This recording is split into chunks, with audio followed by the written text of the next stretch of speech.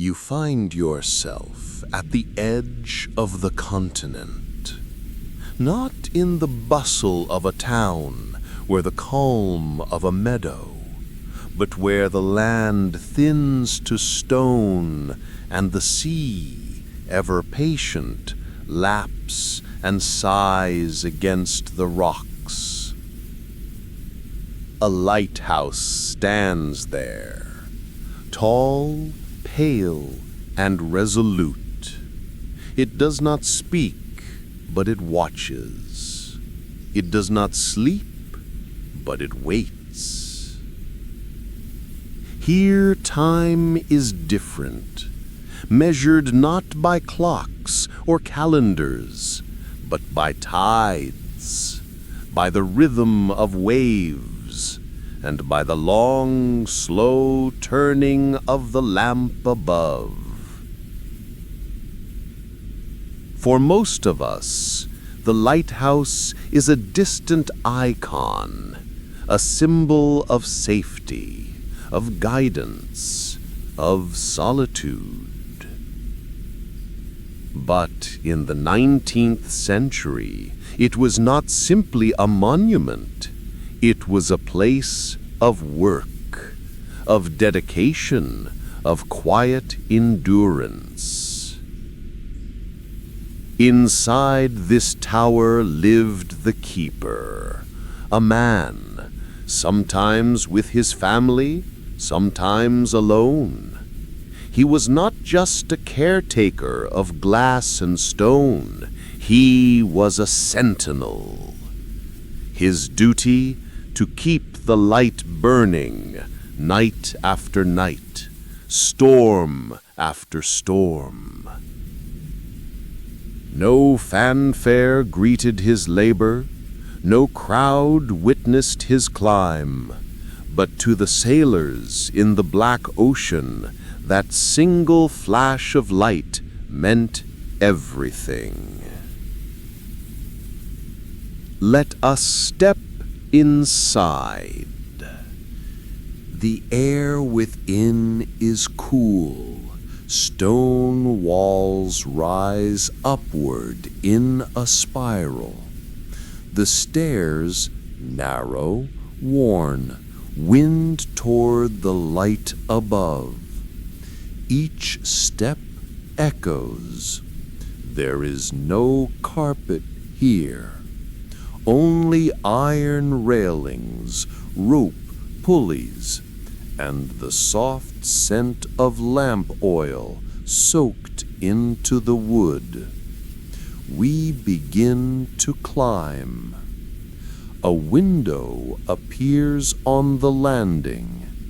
Outside, endless sea, steel blue, gently curling. The horizon folds into mist. Inside, on the walls, brass hooks, a rain slicker, a small wooden bench. Everything has a place.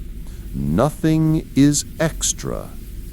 You can almost feel the rhythm of life here, routine as ritual.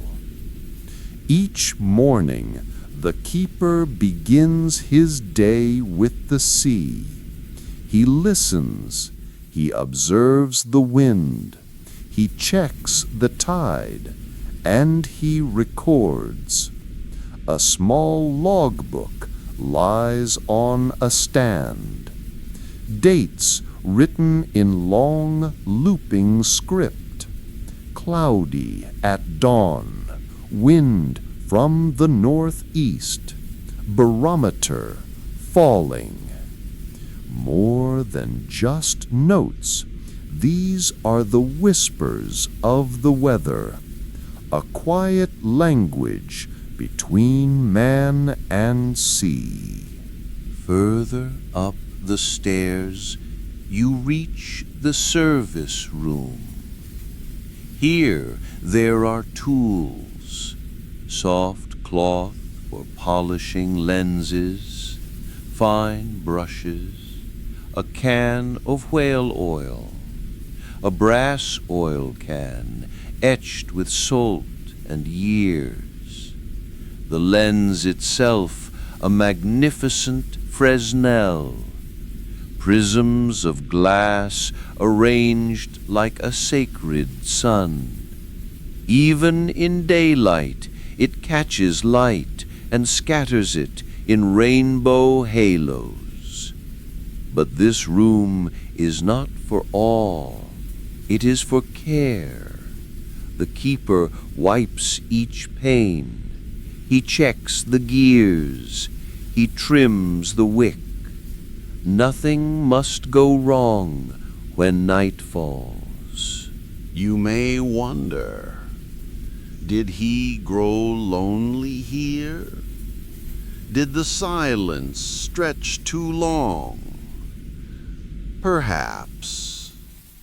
But in this quiet there is peace. No horns, no crowds, only the hush of sea air and the pulse of a light turning.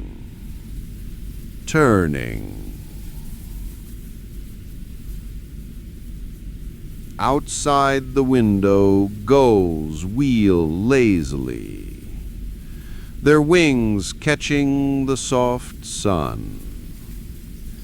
And the waves below keep speaking in their low voice, old as time. This tower has stood for decades, built by hands that never saw the electric age, mortared by sweat, braced by timber. It has seen storms, and it has stood, because one man, night after night, turned the key, trimmed the lamp, watched the sea.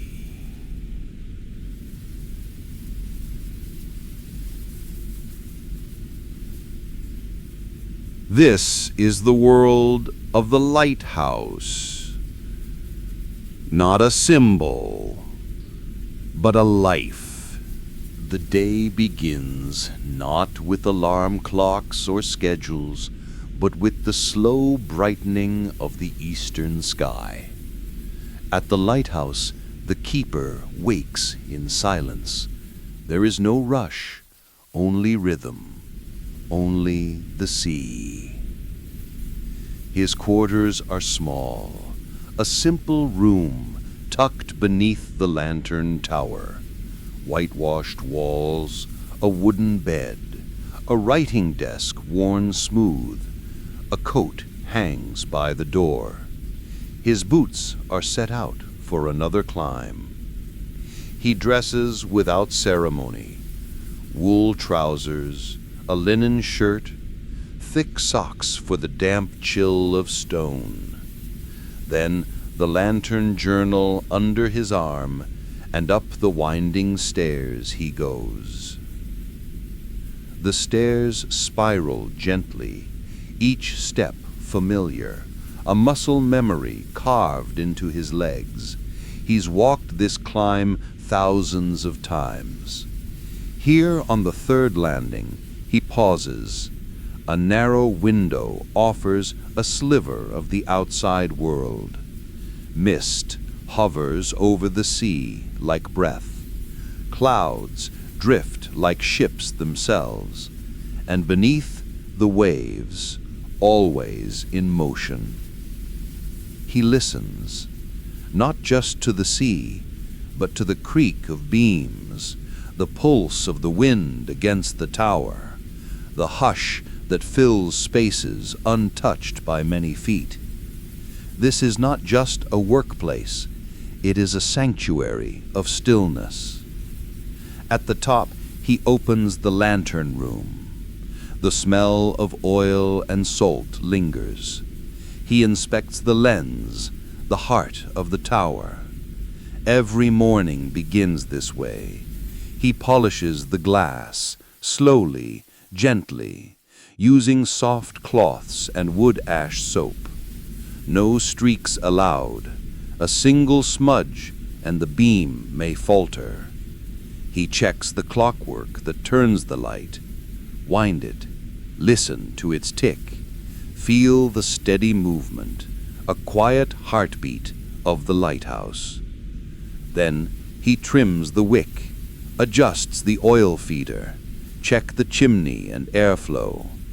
There is peace in these rituals, in knowing what must be done and doing it well. Once the light is secured for the day, he descends again. Breakfast is modest. Hard bread, a boiled egg, perhaps a bit of smoked fish, sometimes tea, sometimes coffee. He eats slowly, near the window, watching the tide roll out. He does not speak aloud. There is no one to speak to today. But silence is not absence. It is the presence of another kind. Later, he walks the perimeter of the property, inspects the stonework, the gutters, the keeper's shed. He jots small notes into his pocketbook. Shingles loose on the westward slope, bird nest in the window frame, paint beginning to peel on the south rail. The sea gives no holidays and no kindness to the idle. Afternoons are for mending, a lantern box, a patch on his coat, a winch rope frayed from last week's storm. Every task is small, but every task is essential. When the work is done, he reads or writes in his journal, or simply sits, watching the changing light.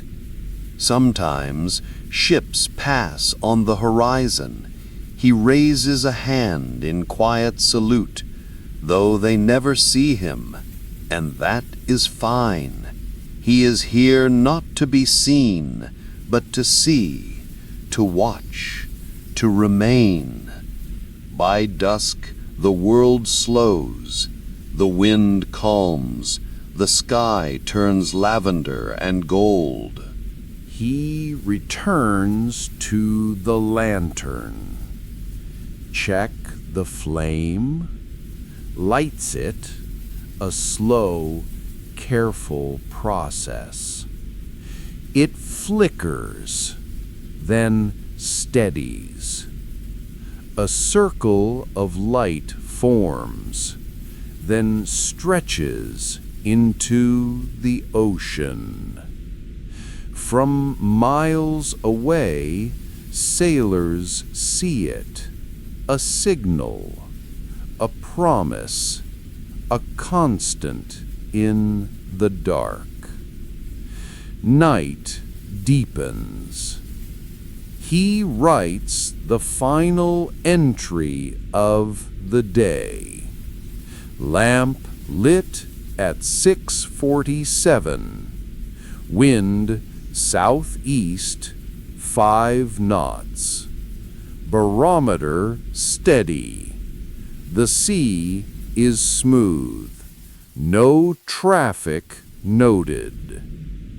He closes the book, extinguishes the desk lamp, and climbs once more, just to check. Always to check. In the stillness of the night, the keeper sleeps lightly. A distant foghorn might wake him, or the creak of a storm rising.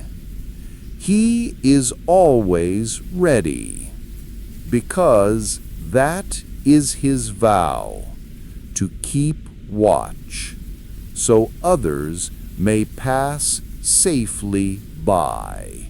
To keep a light burning through the night sounds simple, and yet in the 19th century, it was nothing short of sacred. Before electricity reached these remote towers, lighthouses were powered by fire, by flame, by a keeper's steady hand and unbroken attention. This chapter is about that flame, the fragile line between light and darkness. Each evening, as the sky dimmed to violet, the keeper climbed once more. He carried with him a small iron box, his lighting kit.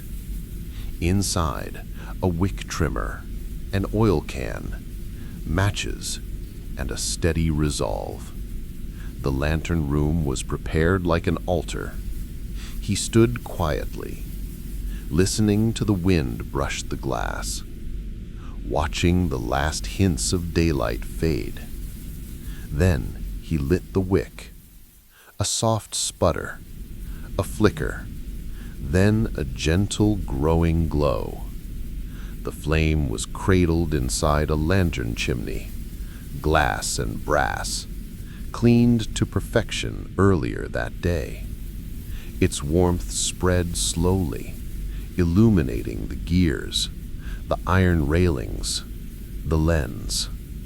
This flame would burn for hours, and it would not burn on its own.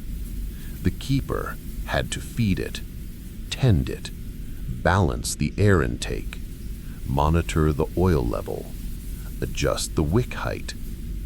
It was a quiet vigil. The oil itself was a thing of care. In early years, it came from Wales, thick, slow pouring, with a sweet, sour scent. Later, it was lard oil, then kerosene, brighter, cleaner, cheaper. Whatever the source, it had to be stored, lifted, funneled, and poured into the lamp's reservoir, all without spilling, all without flame nearby. The consequences of error were unforgiving. The lens, the great Fresnel, was the flame's amplifier, a marvel of geometry and glass, invented by Augustin Fresnel in France. It allowed a small flame to reach across miles of sea. Its glass prisms caught the glow and bent it outward in rings of light. The keeper knew every inch of it, cleaned it daily, inspected it for chips, warps, salt fog residue. Even a single speck of dust could mute its power. As the night deepened, he would check the flame once more. Sometimes every hour. He listened for irregular pops, watched for signs of sputtering, felt the glass for uneven heat.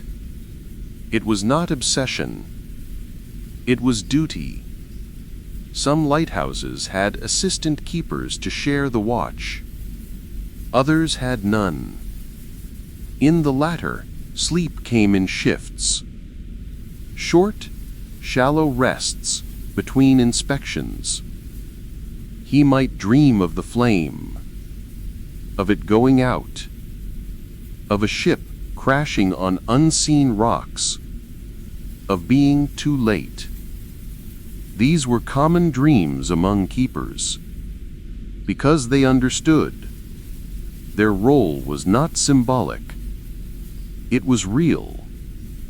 The light meant life, and the flame was never taken for granted. Sometimes storms came. Rain hammered the lantern glass. Winds howled. The tower shook. And still the keeper would climb, wipe down the inner lens, trim the flame, brace against the cold to ensure the light remained constant. In those moments, it was not just about the lens, not just about fire. It was about presence. To keep the flame was to say, I am here. You are not alone. You are seen. By morning, as the sky lightened again, he would extinguish the flame, not with haste, but with reverence. He would log the night's events. Wind increased after 2 a.m. 2 vessels sighted. No flame interruptions. All functions are steady. And then, with cloth in hand, he would begin cleaning the soot and residue so it could shine again the next night. To some, it may have seemed a small life, a quiet one. But there is something beautiful in tending a flame that is never truly your own. Something timeless in keeping others safe without them ever knowing your name. There are many kinds of silence. The silence of dawn, the hush of snow, the stillness inside a lighthouse. But there is another kind, the silence before a storm. The keeper knew it well. It began not with sound, but with pressure, a tightening in the air, a strange clarity in the horizon, and then the slow descent of clouds. In the 19th century, weather was not predicted by satellites or apps. It felt. The keeper would rise early and check the signs, the direction of the wind, the behavior of seabirds, the markings on the barometer which hung by the door. He'd record each shift, each drop, in the weather log, a lined book of delicate script and permanent ink. Pressure falling, wind moving east, birds restless, sea rising. These were not just notes. They were warnings, and preparations began. The lantern room had to be sealed, windows latched, oil levels checked and topped, tools tied down, spare clothes prepared in case condensation formed. The storm might last a night or two or more, but the light must not fail. When the winds came, they struck with no ceremony. Rain lashed the glass in sheets. Waves surged against the rocks. The lighthouse groaned. Its stones creaked as it braced itself. Inside, the keeper moved slowly. He did not panic. He did not rush. He knew what to do. At times, visibility vanished. Fog thick as wool would roll across the sea. The light, even at full strength, could barely pierce it. That's when the foghorn would sound. A deep, echoing note, low and long, repeated in intervals. It didn't light the way, but it told sailors something vital. You are near land. You are not alone. Turn. Be cautious. For the keeper, these were the hardest nights. He could not see the ships.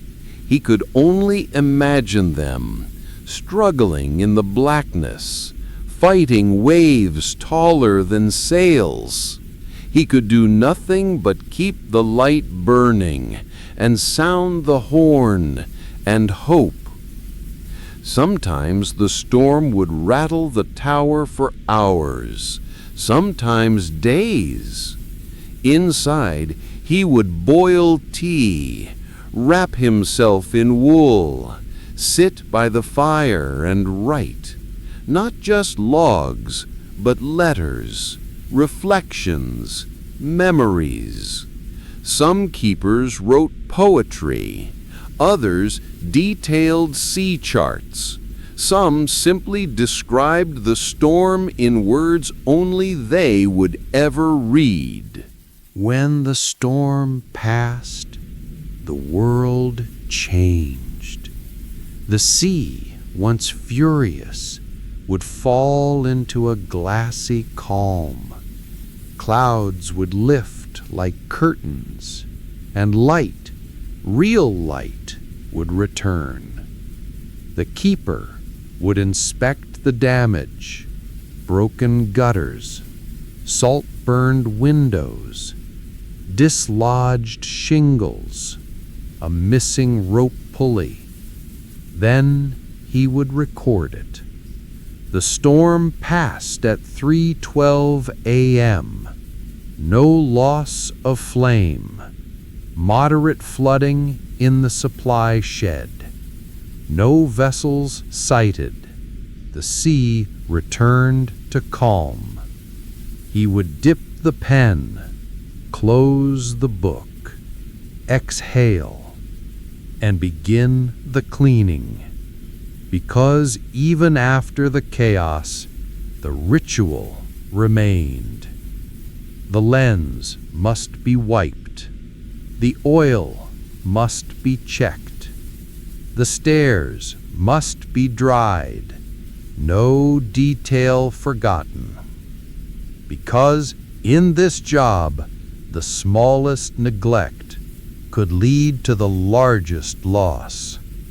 For sailors, the storm was a nightmare.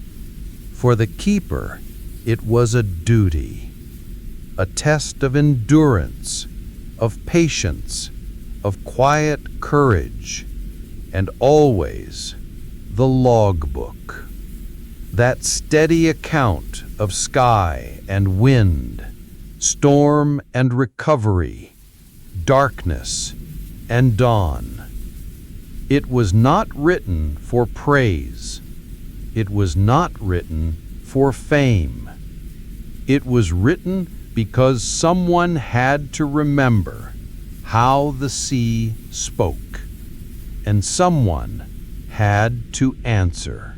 Silence is not the absence of sound, but the presence of something else, something quieter than speech, more enduring than noise. The lighthouse keeper knew silence deeply. It lived in the halls. It echoed up the stairwell. It settled over the sea like fog. And in that silence, he found himself. To spend days, weeks, even months with little human contact, it was not for everyone. Some could not bear it. Others came to crave it. But for the keeper, solitude was part of the calling, not loneliness, not exile, but solitude chosen and deliberate. Inside the tower, time slowed. There were no horns, no meetings, no clocks that rushed. The rhythms were elemental, tide in, tide out, wind rising, wind still, flame lit, flame doused, moon waxing, moon gone. In this rhythm, the keeper found his own pace, his own thoughts, and sometimes his own questions. Who am I when no one is looking? What matters when all distractions are gone? Is it enough just to keep the light? These were not questions of crisis, but of reflection. Solitude does that. It reveals what has been hidden, what the world's noise has blurred. Many keepers turned inward during their long watches. Some wrote letters they never sent. Others kept journals filled with observations, not just of weather, but of the soul. My mind is like the tide today, low, revealing all sorts of thoughts I'd rather keep buried. Or, there is a peace in not being needed, but also a quiet ache. Some drew, some carved wood, built model ships, read scripture aloud, and some simply sat, watching the sea, listening to its language, letting time pass without the need to fill it. There were moments of joy, too. Not loud, not celebratory, but still. The smell of bread baking on a rare visit. The feel of the sun warming the stone floor. The sudden appearance of a seal resting on the rocks below. The golden light of a calm dawn after 3 days of gray. In solitude, attention sharpened. A change in wind direction became a conversation. A creak in the stair became a story. A distant ship became an entire imagined world. But solitude also had its shadows. There were days of restlessness, mornings when the fog would not lift, outside or in, dreams that returned too often, silences that grew heavy. The mind, unanchored, can drift far. Some keepers wrote about this, some didn't, but all knew it. For that reason, many lighthouses housed 2 or even 3 keepers. They would take shifts, eat meals together, exchange brief words, though conversation was often sparse. The sea has a way of silencing even the chattiest soul. Still, just the presence of another body, another lamp lit at night, another set of boots on the stair, could ease the weight of solitude, even if words were never spoken. And then there were the truly isolated stations, where no one else came, where weeks passed with no ship, no visitor, no letter. The keeper would rely on ritual, on structure, on memory. He would read the same book 3 times, stitch the same coat again, talk aloud to gulls, name the waves that struck the stone. Is it madness or mindfulness?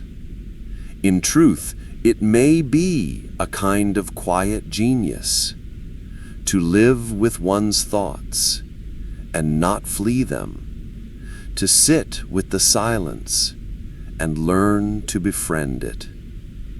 There is a dignity in such solitude, a kind of calm that the modern world rarely finds. The keeper, in his watch, did not seek entertainment, only presence.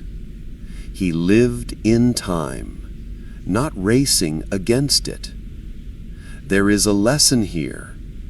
Not everyone is meant to live alone in a tower, but perhaps in moments we can learn from those who did, to slow, to observe, to be still, to keep our own light quietly burning, even when no one is watching. The light still turns. Even now, long after the keeper's footsteps faded from the stairs, the beam sweeps across the sea, steady, patient, enduring. The age of lighthouse keepers has passed, but their legacy remains. Automation changed everything. By the mid-20th century, many lighthouses converted to electric bulbs, rotating motors, remote systems. No more oil to pour, no wick to trim, no journal to write by candlelight. And so, one by one, the keepers left, not in protest, but with quiet understanding. They had done their part. Their watch was over. Some towers were abandoned, others left to the elements. Paint peeled, brass rusted, moss crept in. But not all were lost. Communities stepped in, preservation societies, historians, local volunteers, people who remembered. They cleaned, repainted, cataloged every artifact. They turned these towers into museums, into places of learning, of quiet reverence. You can still visit them, climb the stairs, see the lens, stand in the lantern room, and feel something larger than yourself. Inside many, you'll find displays behind glass, a keeper's wool cap, an oil canister, a logbook, open to a page from a winter long ago. The ink has faded, but the care remains. You can hear it in the script. The storm passed without damage. All ships accounted for. Flame steady through the night. Sometimes he'd carve gifts for those who came. Small wooden buoys, scrimshaw tokens etched into bone, a model of the lighthouse itself. They were not elaborate, but they were honest. And to receive one was to know you'd left a mark, however small. The keeper's humanity was not erased by solitude. It was sharpened by it. He did not lose touch. He cherished it more. In the quiet, Each voice was a bell, each visit a celebration, each handshake a reminder. I am still part of the world. Not all visitors were human. There were gulls, of course, brash, loud, and always watching. There were seals, otters, cats who found their way into the keeper's care, fed scraps, curled beside the stove, named after ships or weather systems. These small companions brought a rhythm of their own, a warmth no flame could offer. But the most enduring company was always the memory of others. Photos, postcards, drawings from a child's hand. Pinned to the wall, tucked inside logbooks, folded between pages of the Bible. Not forgotten, just waiting. To be remembered is a powerful thing. To receive a letter written just for you, in ink that smudges slightly from salt air and the press of hands. It is proof that you are known, that you are loved, that though you stand at the edge of the world, you have not vanished from it. The light might shine alone, but the keeper was never truly alone. The light still turns, even now, long after the keeper's footsteps faded from the stairs. The beam sweeps across the sea, steady, patient, enduring. The age of lighthouse keepers has passed, but their legacy remains. Automation changed everything. By the mid-20th century, many lighthouses converted to electric bulbs, rotating motors, remote systems. No more oil to pour, no wick to trim, no journal to write by candlelight. And so, one by one, the keepers left. Not in protest, but with quiet understanding. They had done their part. Their watch was over. Some towers were abandoned, others left to the elements. Paint peeled, brass rusted, moss crept in. But not all were lost.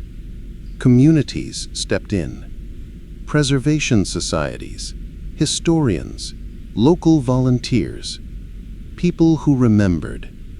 They cleaned, repainted, cataloged every artifact. They turned these towers into museums, into places of learning, of quiet reverence. You can still visit them, climb the stairs, see the lens, stand in the lantern room and feel something larger than yourself. Inside many, you'll find displays behind glass, a keeper's wool cap, an oil canister, a logbook, open to a page from a winter long ago. The ink has faded, but the care remains. You can hear it in the script. The storm passed without damage, all ships accounted for, flames steady through the night. In some towers, volunteers keep the light burning, not because it's needed, but because it matters. Because some lights are symbols. They shine not just for sailors, but for all of us, reminding us to stand still, to watch, to care.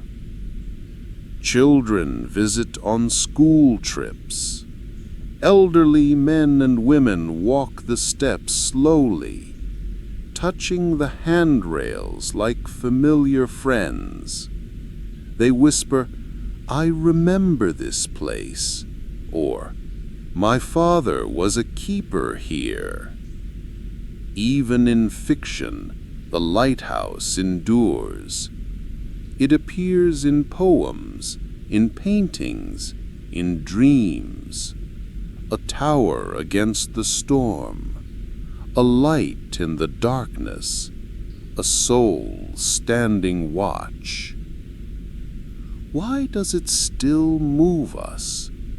Perhaps because it speaks to something timeless, the call to be present, to care for something beyond ourselves, to light the way even when no one sees us. The keeper's work was never glamorous, never loud, never praised, but it mattered.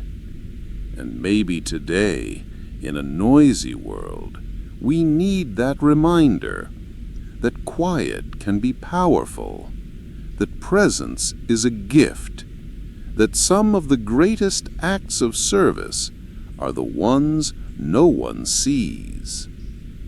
The lighthouse stands, and the light turns, and the stories of the keepers linger, not in headlines, but in the rustle of old letters, the click of a lantern gear, the scent of salt-soaked stone. So if ever you find yourself by the sea, and you see a tower on the rocks, pause. Watch the beam, and remember, someone once climbed those stairs, lit a flame, and kept it alive through storm and silence, not for glory, but for you.